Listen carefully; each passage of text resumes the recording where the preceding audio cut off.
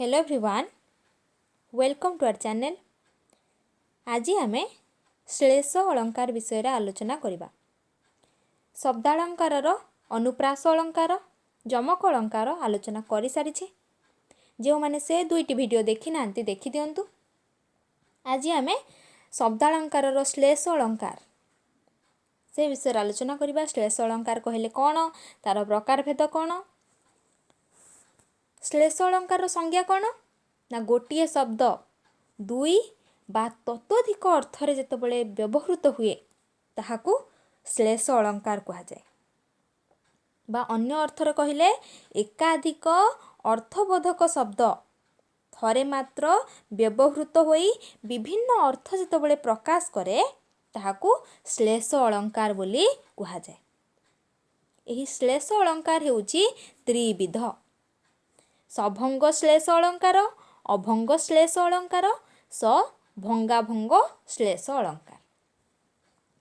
प्रथमे आमे आलोचना करिबा सभंग श्लेष अलंकार कहले कौन।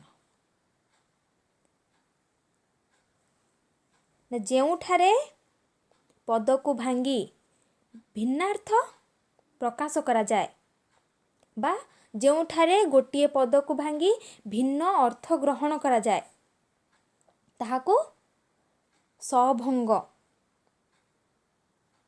श्लेष अलंकार कहा जाए।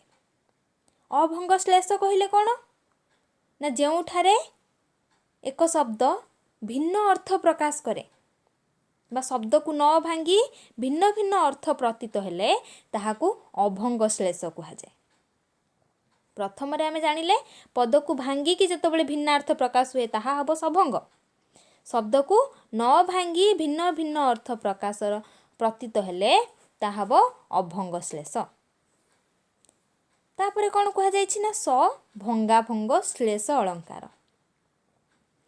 जेउठारे उभय रीति रे भांगी और न भांगी आलंकारिक अर्थ बोध हुए सेठारे सभंगाभंग अलंकार हुए। बा कहिबाकू गले सभंग आउ अभंग श्लेषर सम्मिश्रण रे सभंगाभंग श्लेष अलंकार होई थाए। उदाहरण देखिबा। बाबू नाकसिरी दान योग्य जोसाकू बिहर कानन कर आलिंगन को। एठारे कौन कहा जायछि? प्रथमे कहा जायछि प्रथम पादरे नाकसिरी दान। ए पदटी को न भांगिकी तार अर्थ कौन दुईटी अर्थ प्रकाश पाउछि। स्वर्ग संपत्ति दान आ गोटे अर्थ होची नासिकार शोभाछेदन। किंतु द्वितीय पदरे कौन लिखाई ना बिहर कानन कर आलिंगन को। बिहर कानन कर ए पदटी को भांगिला परे यार दुईटी अर्थ प्रकाश होची जहाँकि सभंग श्लेष। प्रथम पाद हेउची अभंग श्लेष जहाँकि आमे से पदटी को न भांगिकी तार दुईटी अर्थ प्रकाश करिछे। किंतु द्वितीय जो देइछि बिहर कानन कर आलिंगन को बिहर कानन कर ए पदटी को भांगिला परे तार जो दुईटी अर्थ प्रकाश पाउछि कौन कौन से अर्थ ना गोटे होची कानन रे बिहार कर आउ गोटे अर्थ होची कान को छेदन कर आलिंगन न कर। यह कौन होची ये पदटी को भांगिला परे तार अर्थ प्रकाश पाउथबे यह होची सभंग श्लेष। तापर आमे कौन कहिचे सभंगाभंग श्लेष अलंकार। ए जो उभय पाद ए उभय पादरे अभंग देखिले सभंग श्लेष देखिले ए उभय भंगी रे द्वैत अर्थ प्रकाश पाउथिबारु ए टोटाली पदटी होची कौन सभंगाभंग श्लेष अलंकार। ये जो श्लेषात्मक विबधार्थक शब्द को श्लिष्ट पद बोली मध्य कहा जाए।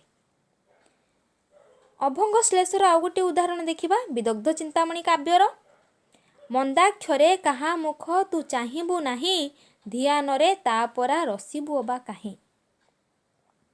कौन कहा जायछि मंदाक्ष। मंदाक्षर गोटे अर्थ होची लज्जा आउ गोटे अर्थ होची संकुचित नेत्र। ध्यान ध्यानर अर्थ होची ध्यान ଧ୍ୟାନରେ କୁହାଗଲେ ଅନ୍ୟ ବୁଦ୍ଧିରେ। ଏଠାରେ କ'ଣ ହେଇଛି? ଏକ ଶବ୍ଦ ଭିନ୍ନ ଅର୍ଥ ପ୍ରକାଶ କରୁଛନ୍ତି, ସେଥିପାଇଁ ଏହା ହେଉଛି ଅଭଙ୍ଗ ଶ୍ଲେଷ ଅଳଙ୍କାର। ଇଏ ଥିଲା ଶ୍ଲେଷ ଅଳଙ୍କାର ବିଷୟରେ ଆଲୋଚନା। ଯଦି ଆପଣମାନଙ୍କୁ ଭିଡ଼ିଓଟି ଭଲ ଲାଗିଥାଏ ତାହେଲେ ଲାଇକ୍ କରନ୍ତୁ, ଫ୍ରେଣ୍ଡମାନଙ୍କ ସହ ସେୟାର କରନ୍ତୁ ଏବଂ ଆମ ଚ୍ୟାନେଲଟିକୁ ସବସ୍କ୍ରାଇବ୍ କରନ୍ତୁ, ଯାହାଫଳରେ କି ପ୍ରତ୍ୟେକଟି ଭିଡ଼ିଓର ନୋଟିଫିକେସନ୍ ଆପଣମାନେ ଯଥାଶୀଘ୍ର ପାଇପାରିବେ। Thank you.